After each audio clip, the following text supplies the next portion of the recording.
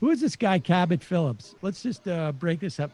This is on Fox and Friends, and you know they've got one of the right flanks where it's just like Antifa.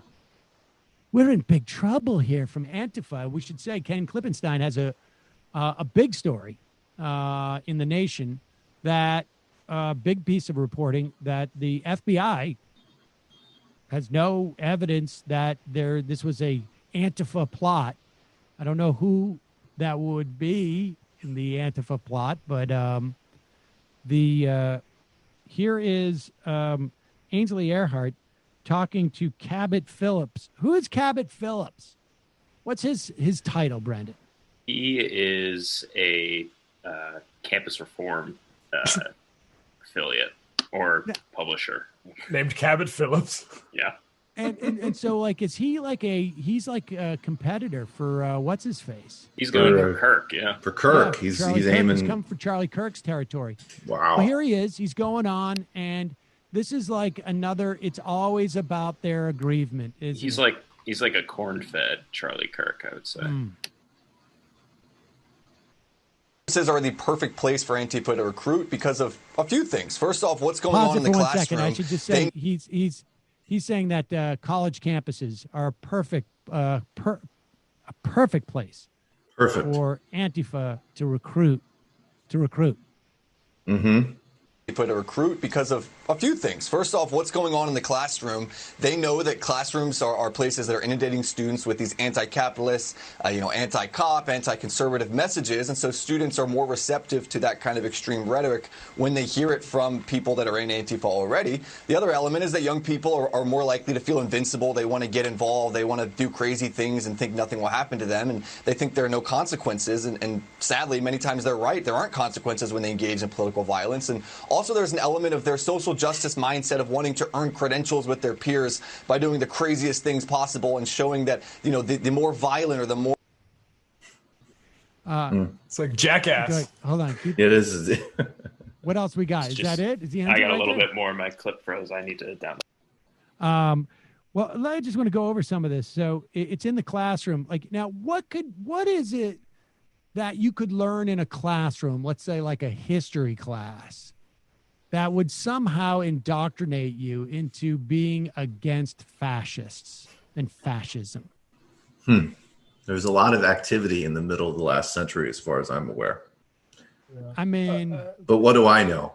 I mean, it's just whatever. I hate making these like hypocrisy points, but it's just it's so typical that people who build their whole brand on whining and bitching about free speech and this and that, some of which, I've made totally clear I agree with. I'm not, a big fan of speech restrictions and things like that, turn into, full, just overt authoritarians when it comes to exercising these things in any substantive way, right? Like, the Constitution is in crisis because there's some embarrassing thing happening on a campus. It's not in crisis when the military has been deployed to gas nonviolent protesters in Washington, D.C. Right. Oh, well, like we need... whatever. It's just... We need our guns. We need our guns because of, the tyranny of the government.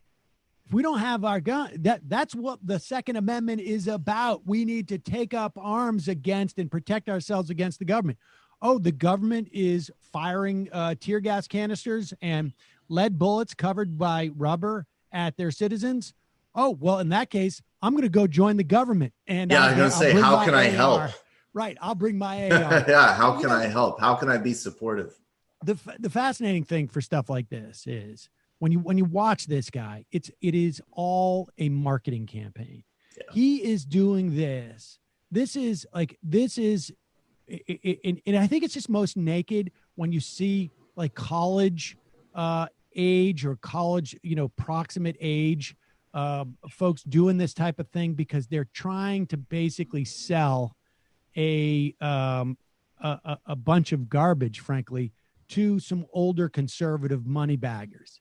And This is the way, and like, this is the clip he's going to show. Like, I said, in the classroom, I have my 3 points, which is actually part of my deck that I've created on my PowerPoint to ask for funding for you. One is the indoctrination that happens in the classroom. 2 is they're young. They feel invincible. And they're very mistaken, except for a lot of times they're not. And lastly, they're social justice warriors, which of course is bad because it's a social justice warrior.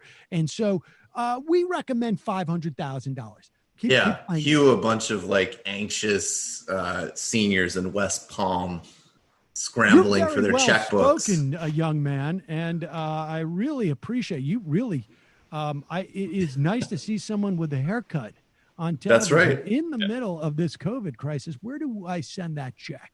It's the Horowitz circuit. I mean, except, Horowitz was doing more of the, well, actually, no, Horowitz literally wanted to repress free speech on campuses. He wanted to monitor professors.